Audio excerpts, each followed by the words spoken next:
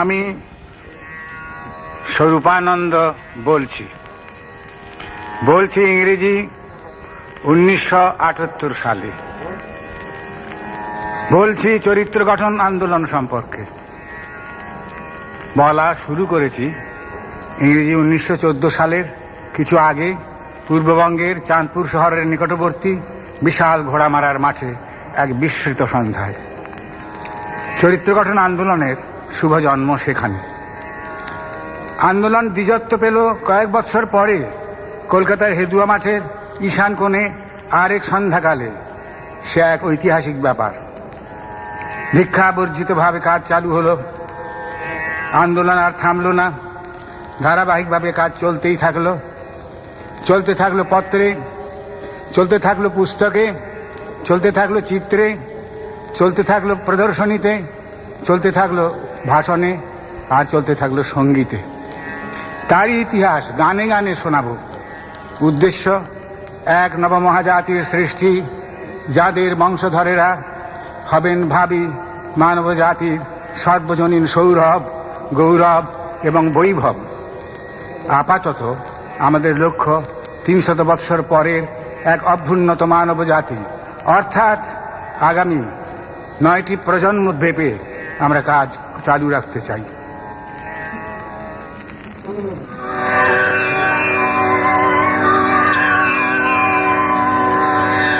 আবার করতে মন ছিল না বন্ধুকে একে এসে,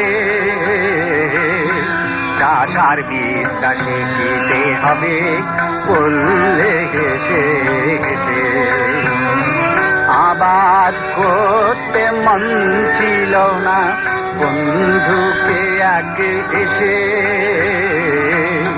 চাষার বিদ্যা শিখিতে হবে বললে হেসে হেসে।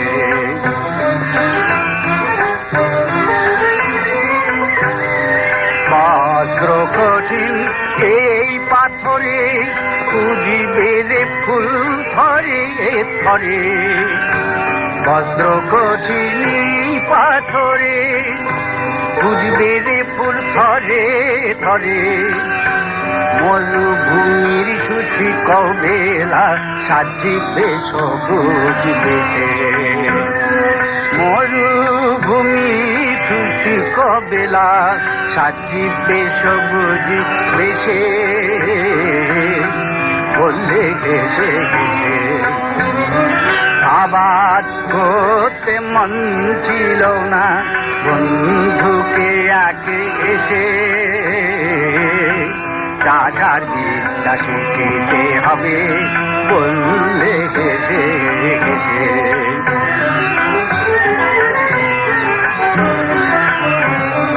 নিলাম কিনে ছুরি কোদাল, চাষের বল নিড়ানিহাল। বন্দোবস্ত নিলাম জমি প্রাণের গভীর দেশে। সেদিন থেকে পাঠ চলেছে, শক্ত মাটির দম্ভ গেছে। বীজ বপনের বেলায় যে গোল লাগে অবশেষে। বীজ বপনের বেলায় যে গোল রিং ক্লিং শ্রিং হুইং হুং রাং ক্রিং হং। বীজ বপনের বেলায় যে গোল লাগল অবশেষে। আবার করতে মন ছিল না বন্ধুকে একে এসে, চাষার বিদ্যা শিখিতে হবে বললে হেসে হেসে। আবার করতে মন ছিল না।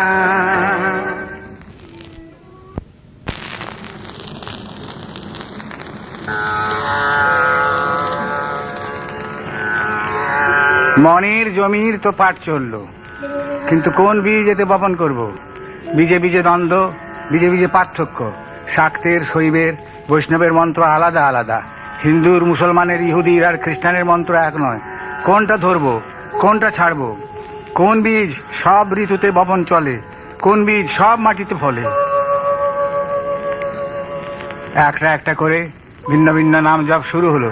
প্রত্যেকটি নামের অন্তঃপুরে প্রবেশ করার চেষ্টা চলল। পরীক্ষা চলল, সমাধানও এলো। দ্বিধাদ্বন্দ্ব কেটে গেল। একটি মাত্র বস্তুর ভিতরে সর্ববস্তুর উপস্থিতি, একটি মাত্র তত্ত্বের ভিতরে সর্বতত্ত্বের প্রতিশ্রুতি এবং পরিণতি, একটি মাত্র মন্ত্রের ভিতরে সর্বমন্ত্রের বিরাজমানতা ও পরিপূর্ণতা স্পষ্টত উপলব্ধ হলো। নির্ভুলভাবে জানা গেল সব মন্ত্রই এক, এক মন্ত্রই সব। উল্লাস ভরে গেয়ে উঠলাম, পেয়েছি ভাই আসল বীজের, পেয়েছি সন্ধান।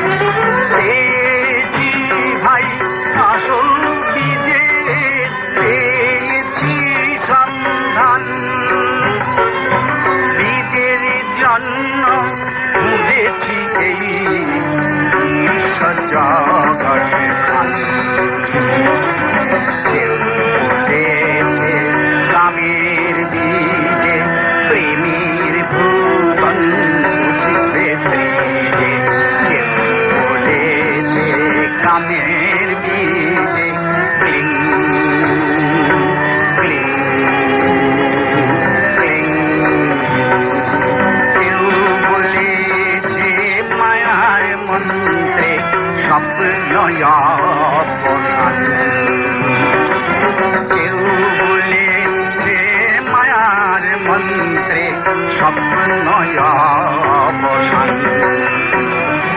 কেউ বলেছে মায়ার মন্ত্রে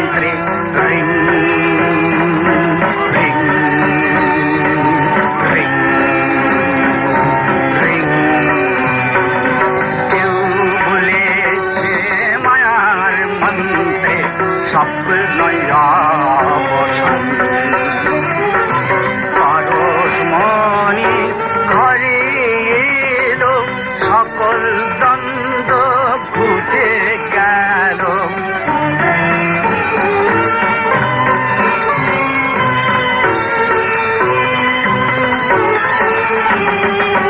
পরশমণি ঘরে এলো, সকল দ্বন্দ্ব ঘুচে গেল। পরশমণি ঘরে এলো,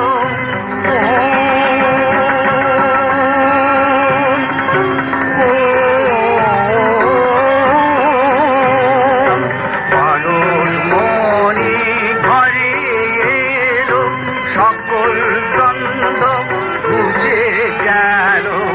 অভয় পরাণ সবার সুখে করল আত্মদান, অভয় পরাণ সবার সুখে করল আত্মদান।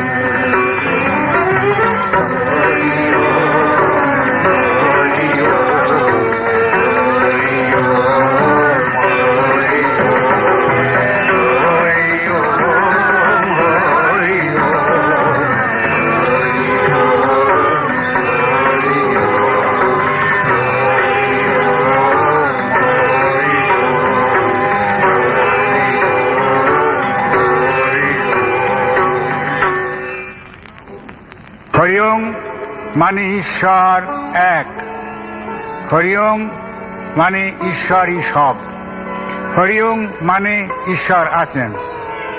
ঈশ্বর বিশ্বাস এলো, সমস্ত ভয় কেটে গেল, সর্ববিঘ্ন বিদূরণ হলো, জনসেবা শুরু হলো। এই জনসেবার নাম চরিত্র গঠন। পরমেশ্বর যে শুভ সম্ভাবনা সমূহ দিয়ে তোমাকে, আমাকে, সকলকে সৃষ্টি করেছেন, তাকে পূর্ণ বিকাশ দেবার জন্য নিয়ত যে সজাগ সচেতন প্রয়াস, তার নাম চরিত্র গঠন। এ কাজ আমাদের আজীবন করতে হবে।